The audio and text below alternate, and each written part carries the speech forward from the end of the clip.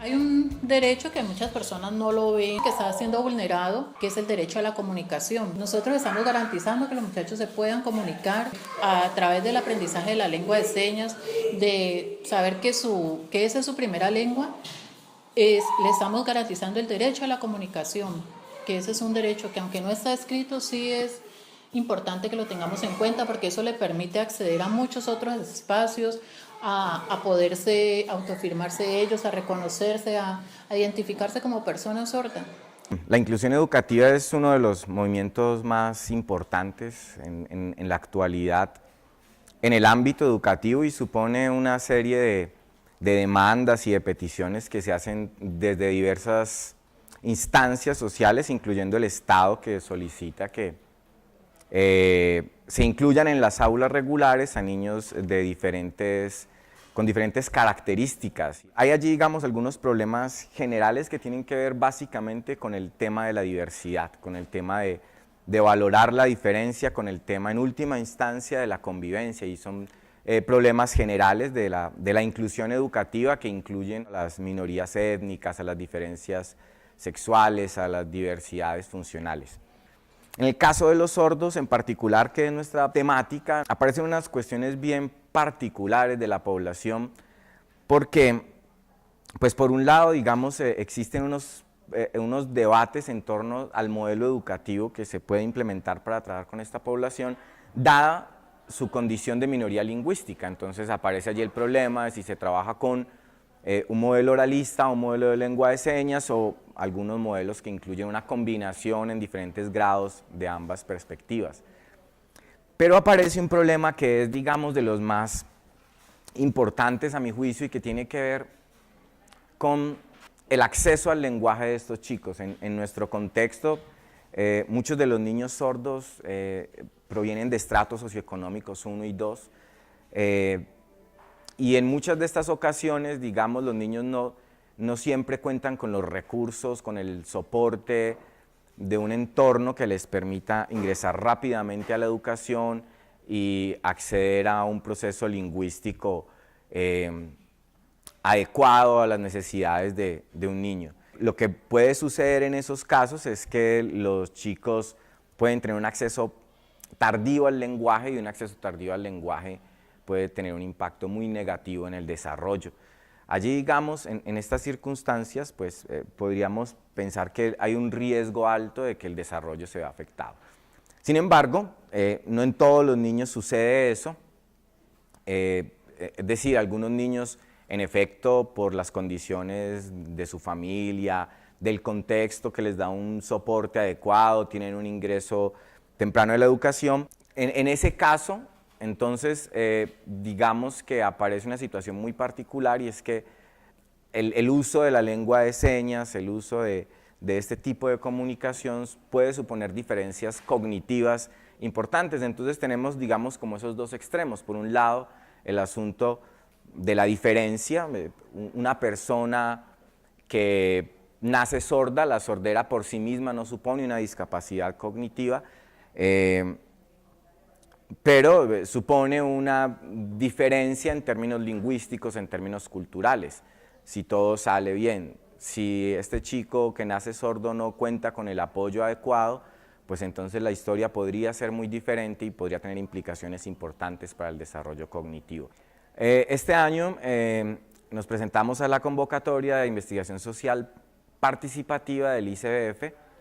En esta convocatoria el objetivo es desarrollar proyectos de investigación que vayan en beneficio de las diversas poblaciones que atiende el Instituto Colombiano de Bienestar Familiar, y lo que nosotros hicimos fue presentar un proyecto basado en estos instrumentos de medición que habíamos desarrollado, particularmente el videojuego, y la intención ha sido acercarnos a la población, acercarnos a nuestros niños sordos aquí en Colombia y obtener una medida de primera mano con instrumentos desarrollados en nuestro país, validados en nuestro país y específicamente estandarizados con nuestra población, que nos permita acercarnos a lo que está sucediendo con el desarrollo cognitivo de estos chicos y que nos permita a partir de allí generar alternativas que puedan apoyar los procesos pedagógicos en el aula. El proyecto tiene como objetivo, en primera instancia, hacer una línea de base del desarrollo cognitivo de los niños sordos en Colombia, esto conjugado con un análisis de las políticas públicas que hay acerca de la discapacidad en nuestro país y además con un proceso de transformación social que se ha llevado con algunas instituciones educativas aquí en Cali, digamos, y que busca afrontar ya de manera más decidida el asunto de la inclusión educativa en ciertos contextos a manera de piloto. La propuesta de transformación social tiene que ver con las pequeñas acciones que cambian la vida de las personas. Cuando hablamos de transformación social no me refiero a cambiar la legislación de nuestro país, el Congreso. Estamos hablando de las pequeñas acciones que cada uno de nosotros como ciudadanos podemos hacer para cambiar la vida de otras personas. Ese es el presupuesto de este proyecto. El componente de transformación social está articulado a una cátedra de psicología social en el programa de psicología de nuestra universidad. La idea inicialmente es que ellos puedan identificar una problemática social. En este caso, para nuestro proyecto de Visor ICBF, la propuesta era trabajar el tema de inclusión socioeducativa. Trabajamos con varias instituciones, algunas de ellas, Colegio Napolitano El Troncal, el Centro Educativo para Sordos María de Nuria Sacasas, la Ciudadela Educativa Nuevo Latir, los liceos del Batallón Pichincha, Instituto Técnico Industrial José María Carbonell. En cada una de esas instituciones se presentó la propuesta a los directivos, sean rectores o coordinadores, en algunos casos las psicólogas o psicólogos que estuvieran allí. El primer paso después de presentar el proyecto era que nos asignaran un grupo dentro de esa institución. Cabe aclarar que en las instituciones no tenían que haber niños sordos. Básicamente nuestro presupuesto era, si había niños sordos, muy bien, pero pensamos sobre todo en cómo preparar a la población justamente para poder interactuar con estas personas, porque quizás no los conocen, no saben de la existencia de la lengua de señas, de que es otra forma de comunicación, y era una oportunidad de oro para poder mostrarles a los niños de las instituciones educativas la posibilidad que tendrían quizás algún día, no este año, pero el otro o en otro momento, de poder interactuar con esta población. Algunos estudiantes se encontraban en una de las instituciones, en un salón, un niño que utilizaba audífono para amplificar el sonido.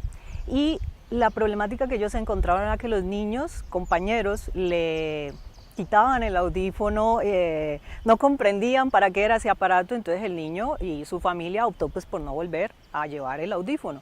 ¿Qué pasaba con eso? Que el niño se perdía de todo lo que estaba pasando en la institución, pero tenía que ver con el desconocimiento de los niños de para qué servía ese aparato, que pensaban que era un juego simplemente o que él quién sabe por qué se le había ocurrido utilizar esa diadema en su cabeza. Entonces, se identifica cuál es la razón de lo que está generando esa problemática. Luego viene entonces el plan de acción, que es el conjunto de actividades que se generan para movilizar a los participantes frente a esa situación que se ha encontrado. En este caso que les comentaba, si el problema es de desinformación, de no saber qué es lo que involucra el aparato y por qué el niño lo necesita, pues la primera opción es empezar a transmitirles información sobre eso. Mira, existe esta diadema, cumple esta función, sirve para esto, no le puedes hacer esto porque es además un aparato carísimo, es importante hacer un buen uso de él. Si tu compañerito no lo usa, pues entonces se va a perder de todo lo que está pasando en la clase.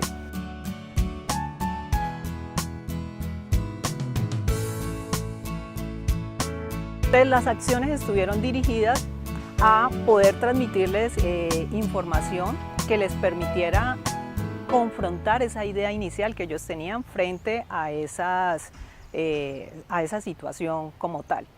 Por otro lado, a nivel de práctica, o sea, si yo estaba acostumbrado a hacer las cosas, a relacionarme con esta persona llevándole todo o agrediéndolo, pues la idea es cambiar un poco eso con nuevas prácticas. Y esas prácticas, ¿cuáles podrían ser? Si retomamos el ejemplo que les decía hace un rato de los niños sordos y oyentes en una misma institución educativa. Uno de los elementos que aparece allí es que la barrera comunicacional impide el asunto, o sea, yo no me relaciono con él porque es que como él habla en lengua de señas y yo no entiendo, yo mejor no me meto allí. Y del otro lado la misma historia. Entonces, cuando uno no conoce de esta situación y lo ve desde fuera, dice, eso no es nada. Pero cuando te toca a ti, te transmiten un mensaje en lengua de señas y tú dices, ¿qué fue lo que dijo? Me quedé perdido. Entonces la cosa cambia. Ya me doy cuenta que es que a mi compañero le toca difícil el asunto. Ahora como que le voy a prestar un poquito más de atención. La transformación social está en nuestras manos. En el acto que cada uno de nosotros hace, en lo que le comparte al otro que está a su lado, en la posibilidad que le da de ser, de no dejarlo en un lugar de desvaloración. En el laboratorio de psicología de la Universidad de San Buenaventura, hace un tiempo estamos preocupados por estos problemas del desarrollo de los niños sordos. Esto nos ha llevado en primera instancia a hacer una revisión de los instrumentos adecuados para la evaluación cognitiva. Cuando empezamos a trabajar con la población, muchas de las demandas que se nos hacían era que pudiéramos llevar a cabo procesos de evaluación del desarrollo y más específicamente evaluación cognitiva de los niños que forman parte de las instituciones con las que hemos estado trabajando aquí en Cali. Y pues de entrada tuvimos el inconveniente que muchos de nuestros colegas han tenido en la práctica, y es cómo evaluamos el desarrollo de un niño sordo cuando todos los instrumentos están diseñados para niños oyentes.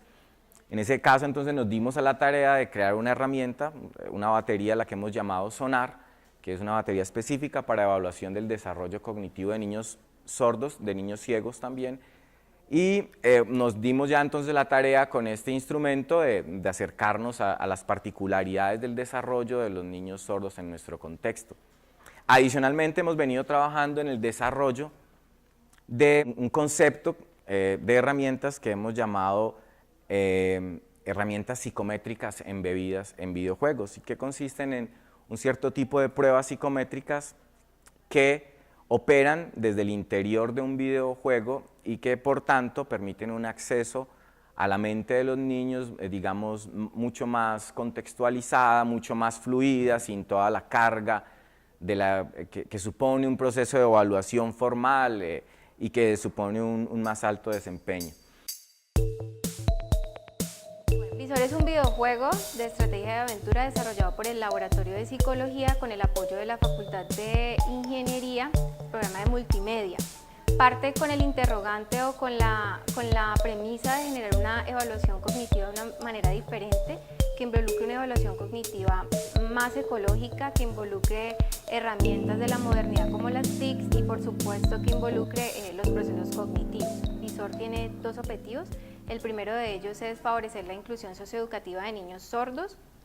Esto supone un aporte para la educación y por supuesto para los procesos de inclusión que se están desarrollando actualmente en torno a esta población. Uno de los obstáculos para favorecer la inclusión socioeducativa es el asunto de la barrera comunicacional que existe entre la población sorda y los sujetos oyentes. Le hago referencia a las dificultades que existen entre el intercambio social entre ambas poblaciones. Esto pues dado que tanto las personas oyentes como las personas sordas utilizan un sistema de comunicación diferente. Entonces el primer objetivo del videojuego es favorecer la inclusión socioeducativa de niños sordos. Para lograr esto, lo que hemos hecho es que dentro del videojuego aparecen unas consignas que se convierten como en las misiones o en las tareas que el niño debe realizar, y estas consignas están presentadas en lenguaje de señas, pero también en español escrito. ¿Qué es lo que se espera? Que los niños sordos conozcan o se acerquen a la lectoescritura y los niños oyentes conozcan algunas palabras en el lenguaje de señas. El segundo objetivo es que sirva como una herramienta para la evaluación cognitiva. Para ello se diseñaron unas tareas que en el escenario del videojuego se transforman en misiones y que son sensibles a recoger información sobre algunos procesos cognitivos a través de ciertos indicadores. En otro tiempo, en el tiempo pasado, hay un chamán que está preocupado por el devenir o por el porvenir de la humanidad, dado que los zombies se están multiplicando en todo el mundo. Preocupado, envía al futuro, que es el tiempo en el que vive Zairi, un artilugio que envía un mensaje pidiendo ayuda para que un fuerte guerrero venga a enfrentar a los zombies. ¿Por qué los zombies? Bueno, elegimos los zombies porque los zombies son una metáfora de la intolerancia, del irrespeto a la diversidad, dado que pues, los zombies han sido despojados del lenguaje y de humanidad, pero además están en la búsqueda de convertir a otros humanos en zombies para que todos terminen actuando de la misma manera.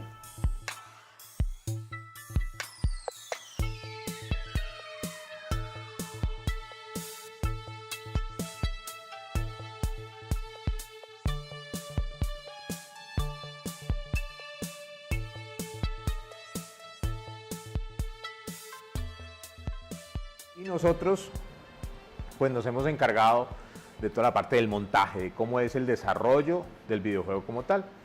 Entendiendo que este videojuego tiene 3 fases de producción, en donde yo me he encargado específicamente de la primera, que es la parte de diseño, de arte conceptual y de su relación con el guión, con la idea que forjamos inicialmente con el profesor César Mejía, y también de esa conexión, de ese arte, de todas estas imágenes, de las animaciones, etcétera, con la parte de ingeniería, del montaje, de la conexión con el software, con el motor de videojuego. Y bueno, pues ha sido una experiencia muy interesante el hecho de tener la posibilidad de crear desde los storyboards, los personajes, las animaciones, lo que nosotros le llamamos sprites, que son los elementos que interactúan en la pantalla, y son los que ganan puntos y esto y lo otro. Pues el desarrollo de los entornos es muy importante también. Y aplicar todos esos conceptos que nosotros manejamos acá desde el programa, desde las materias de dibujo, desde las materias de animación, de las materias de composición y de diseño, pues ha sido muy interesante, ha sido muy bueno ver cómo este instrumento pues ha causado muy buen impacto dentro de la población a la que ha sido dirigido. Y bueno, en eso estamos. Esta es como una primera fase. La intención es continuar con ese desarrollo, con nuevos espacios, con nuevos entornos, con nuevos personajes, y en eso vamos. Fue muy chévere ver cómo se hacía ese proceso de creación del personaje. Inicialmente realizamos algo que era como un Indiana Jones de 12 años, pero bueno, después con el trabajo en grupo, con el trabajo en equipo, nos dimos cuenta que había que hacerlo más criollo. Entonces nos basamos, por ejemplo, en jugadores de fútbol. Yo no sé mucho de fútbol, pero este jugador que tiene el pelo así, desordenado, cuadrado, nos basamos en cuadrado para hacer el personaje. Después teníamos que meterle pues como la ropa que tuviera accesorios que utilizan los muchachos, por lo menos del Valle del Cauca. Lo pensamos muy pacífico. Después de haber hecho pues varias propuestas, entonces llegamos a Zairi, pues también como que enriquece nuestra experiencia desde acá, desde el programa de Ingeniería Multimedia, y esa relación interdisciplinar no solamente, digamos, con el diseño, con la ingeniería, pero también con la psicología, con la estadística, pues también ha sido muy bueno. Se trata de hacerlo mejor y la intención precisamente es eso, sensibilizar al resto de gente a través de estas herramientas y de estos instrumentos. Entonces, también por ahí ha sido de mucho crecimiento esta experiencia.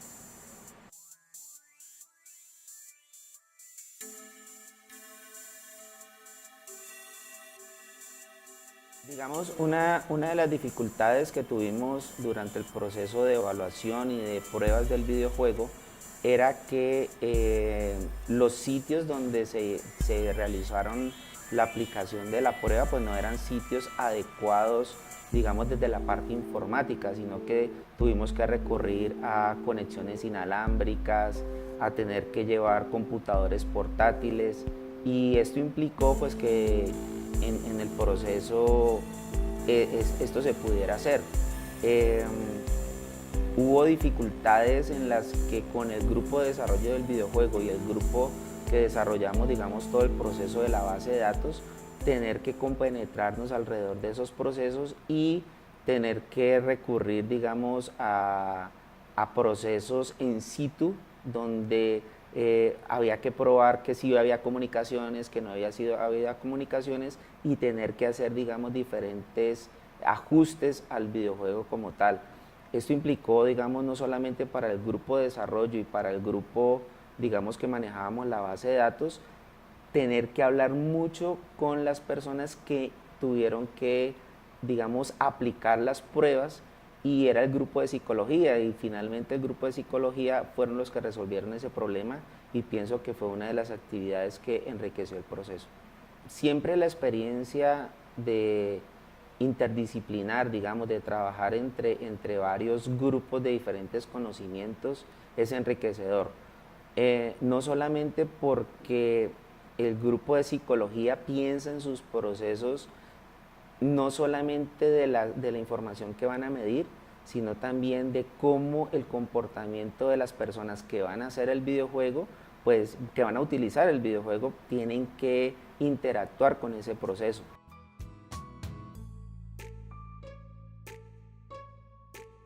Sonar es una batería de evaluación cognitiva creada para evaluar los procesos cognitivos de los niños sordos. Es la primera batería de evaluación cognitiva creada en Colombia y creemos que en Latinoamérica. Esta herramienta ha sido diseñada de manera cooperativa entre el Laboratorio de Psicología de la Universidad San Buenaventura y el Instituto para Niños Ciegos y Sordos del Valle.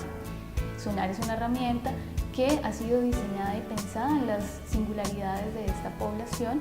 Trabajamos con niños usuarios de lengua de señas y bajo el modelo oralista, desde primero de primaria hasta quinto, el cual evalúa distintos procesos cognitivos. Para el proceso de creación del instrumento contamos con el apoyo de distintas instituciones, de manera particular para la elaboración de consignas. Trabajamos de manera conjunta con uno de los profesores de Azorval, con el cual hacíamos revisiones constantes de las consignas, procurando siempre la comprensión de los niños, dado que estamos evaluando los procesos cognitivos. Nos parece fundamental que los niños pudiesen comprender en qué consistía la tarea.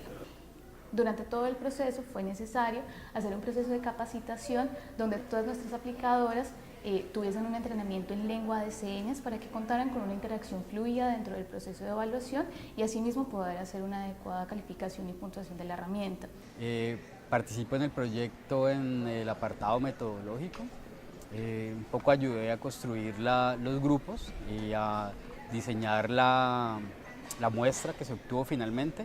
Todo con la intención de generar grupos que permitieran comparaciones entre los grupos en función de su sistema de comunicación. Por eso se formaron grupos de niños sordos que utilizan lenguaje oral, niños sordos que utilizan la lengua de señas y algún sistema bilingüe como el lenguaje escrito o el lenguaje oral, y niños oyentes de los primeros grados escolares. El propósito de que fueran de los primeros grados escolares era sobre todo poder establecer comparaciones entre niños que tuvieran características similares, en este caso de edad. Una de las ventajas del estudio es sobre todo que en estudios previos se ha trabajado mucho las habilidades escolares y la comparación entre habilidades escolares de niños sordos y niños oyentes. Este estudio, a pesar de que tiene algún componente escolar, su fortaleza tanto en el videojuego como en la prueba, en Visor y en Sonar, es que las habilidades que se están midiendo no son tanto habilidades escolares, sino que son procesos cognitivos básicos como la atención o la memoria. Los niños sordos en los estudios previos se consideran como un grupo homogéneo, cuando en realidad los niños sordos no constituyen una población única. Por ejemplo, la ventaja un poco en este estudio es que hay un grupo de niños sordos que no utilizan como lengua principal la lengua de señas, sino que son oralizados. Tenemos otro grupo que es niños sordos que utilizan la lengua de señas, pero hacen énfasis en la lengua oral, y otros niños sordos que utilizan la lengua de señas y el español escrito. Y eso le da una riqueza al estudio que probablemente lo destaca respecto a otros estudios que no hacen esa precisión. De manera general podemos decir que hemos contado con la cooperación y con el apoyo de las instituciones participantes. En total, en las 4 ciudades tuvimos la participación de 8 instituciones con niños no oyentes y una institución con niños oyentes. En total participaron 294 niños, incluyendo los niños oyentes.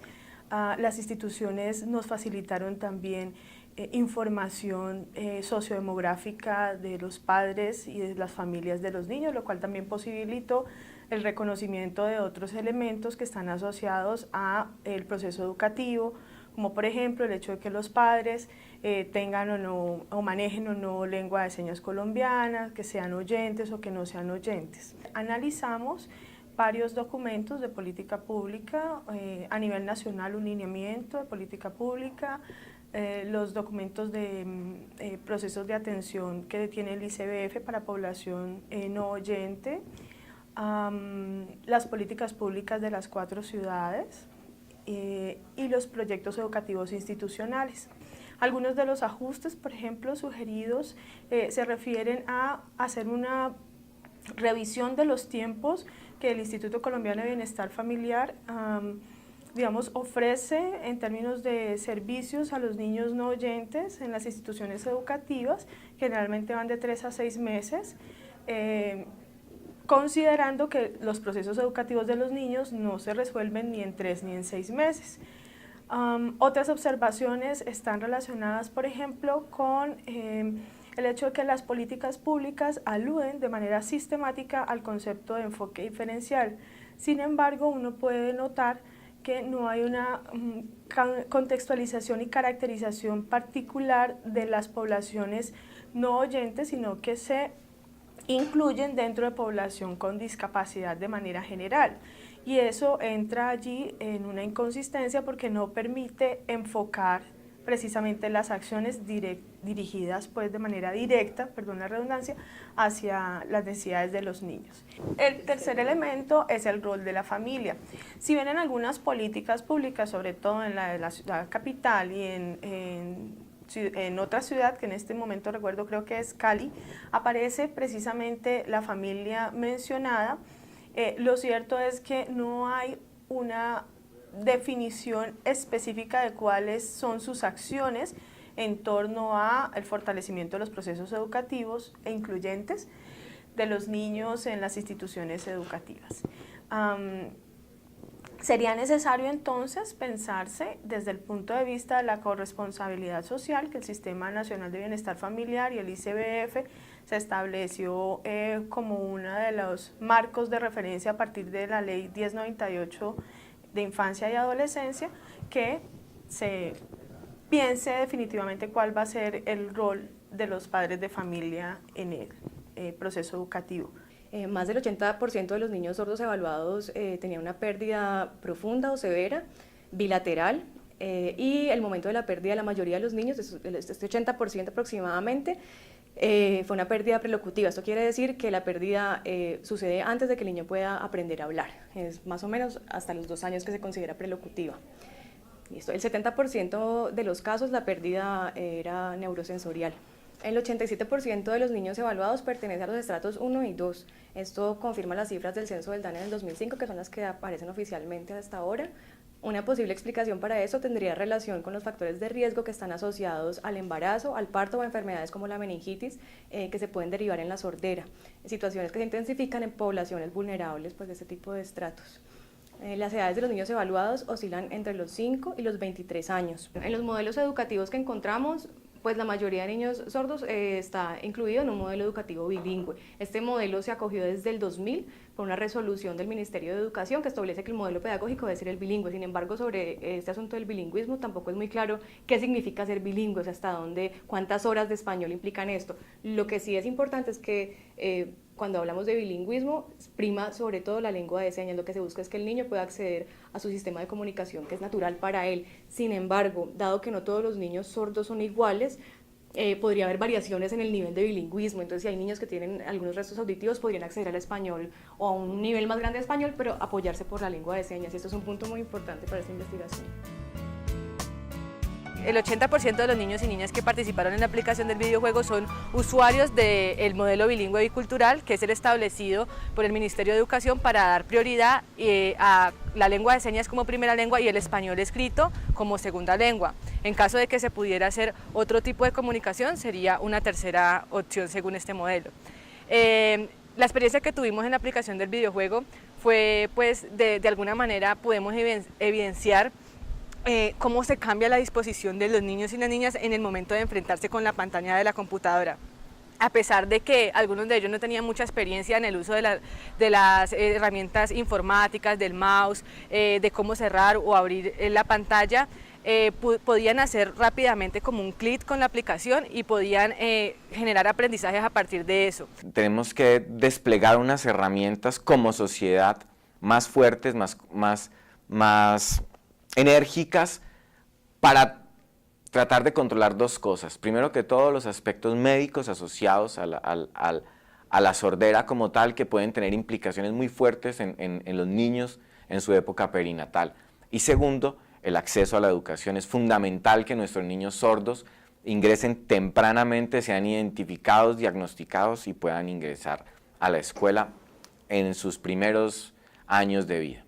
Digamos que todo el trabajo que estamos haciendo en términos de la inclusión, que el Estado despliega, el ICBF despliega para ofrecerle la inclusión socioeducativa a los niños sordos, tendría que ser algo recíproco, tendría que ser también que la comunidad sorda establezca diálogos con su comunidad cercana, y la comunidad cercana es la comunidad en español, y en última instancia es la posibilidad de acceso a la educación, es decir, sin lectoescritura no hay universidad posible, es decir, hacer una universidad sin un buen nivel de alfabetización resulta a todas luces muy difícil. Algo que me sorprendió es que encontramos en algunas instituciones que están combinando, partiendo de un modelo de lengua de señas, lo complementan con algunos elementos del modelo oral. Y lo que más nos ha sorprendido es que pareciera ser que muchos de estos niños que tienen esa combinación de lengua de señas más un apoyo de la lengua oral tienen unos desempeños más altos en lectoescritura. Probablemente porque este componente oral del español les facilita el proceso que llaman de conciencia fonológica. El punto aquí, digamos, es que independiente del modelo o de la perspectiva pedagógica que la institución asuma, consideramos que estos debates radicales entre el oralismo y la lengua de señas, pues tal vez habría que revisarlos y, en definitiva, me parece a mí que es una de las grandes conclusiones a las que hemos llegado y a la que llegan muchos investigadores alrededor del mundo, es que necesitamos que nuestros niños sordos aprendan a leer y escribir.